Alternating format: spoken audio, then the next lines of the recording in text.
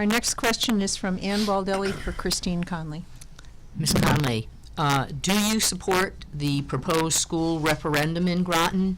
And please tell us why or why not. And if you do not support it, what would you propose to repair Groton's aging school facilities?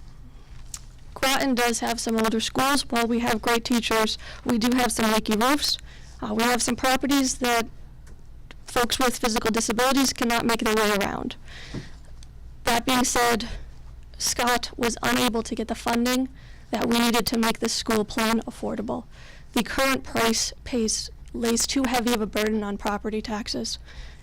What I would propose is that the group regroups after the bonding vote in November and decides on a step-by-step plan on what to do over the next couple decades to fix our schools.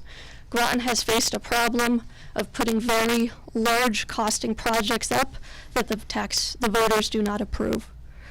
I expect that the next plan will be a little bit more reasonable, and whatever the cost of it when I'm there in Hartford, I will make sure that Groton gets the special legislation that it needs so that the schools can be fixed. So you do not support the referendum? Correct. Okay. Mr. Scott.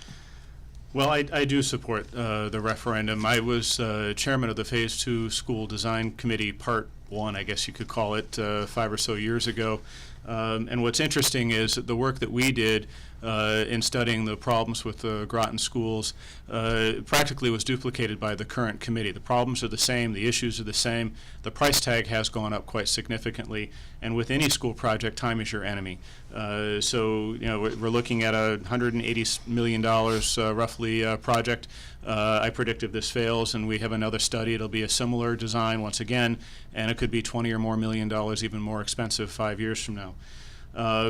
You know, we tried to accomplish a good thing in Hartford. We were told that there was a possibility that we could get special accommodation for an 80% grant on this project because of our unique situation with the military children in town.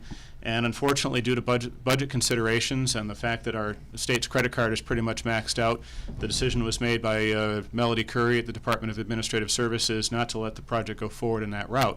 However, that could work to our favor, and we'll know more about that in October when the school population, the student population is calculated in town, and there may be schools that will qualify for an 80% reimbursement because of the minority population in those buildings. So, you know, a little more information is needed, but the project I think needs to go forward. The problems in town just aren't being solved, and I don't think we can kick the can down the road again. To clarify, you're saying that you do support the project, but it sounds like you think it will not pass. I didn't say that. I think I support the project. Okay. You know, we just need more information. I think that the taxpayers need to know what the reimbursement rates are going to be, and if the population comes in the one school as we think it might, we could get an 80% reimbursement, and that's built into the current state law. Thank you. Thank you.